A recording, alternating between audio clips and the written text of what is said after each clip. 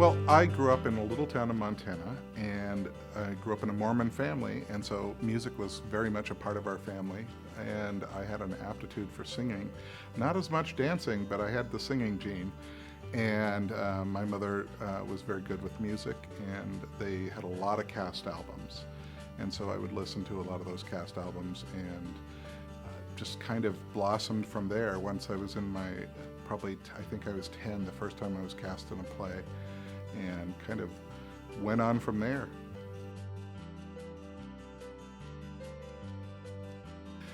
So I'm in a singing group called the Broadway Bears, and this last year we were asked to do a few numbers at Portland Center Stage for their benefit for the shooting victims in Orlando, and to be on one of the biggest and best stages in Portland for an event that important. And we sang the song "Where Is Love" as well as another song, and it was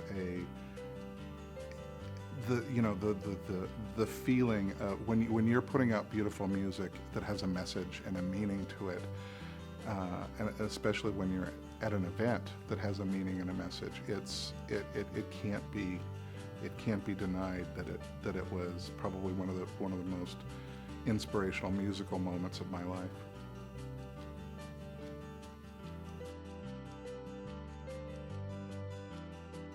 I have two favorites from this show.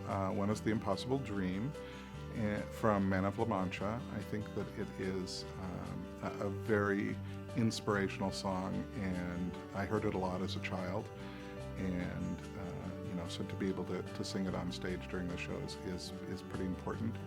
And my second favorite song is probably "Where Is Love" from Oliver, which I've gotten to perform before in an all-male ensemble, and this will be an opportunity to sing it in a mixed ensemble. And I was actually in Oliver when I was a child, so I think I was 12 when I was in Oliver. So this is kind of like my progression of Oliver through life has brought me to this point.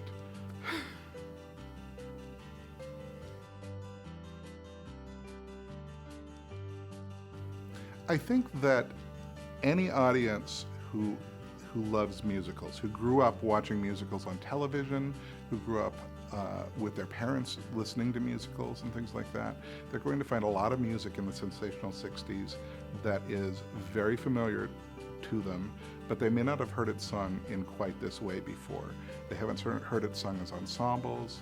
There are times when we have some of the women singing some of the men's songs. And I think that it will be a way for people to connect to these songs in a fresh, new, and exciting way, and yet also be comforted by songs that they know. Come see the Sensational Sixties, opening January 14th. Get your tickets now.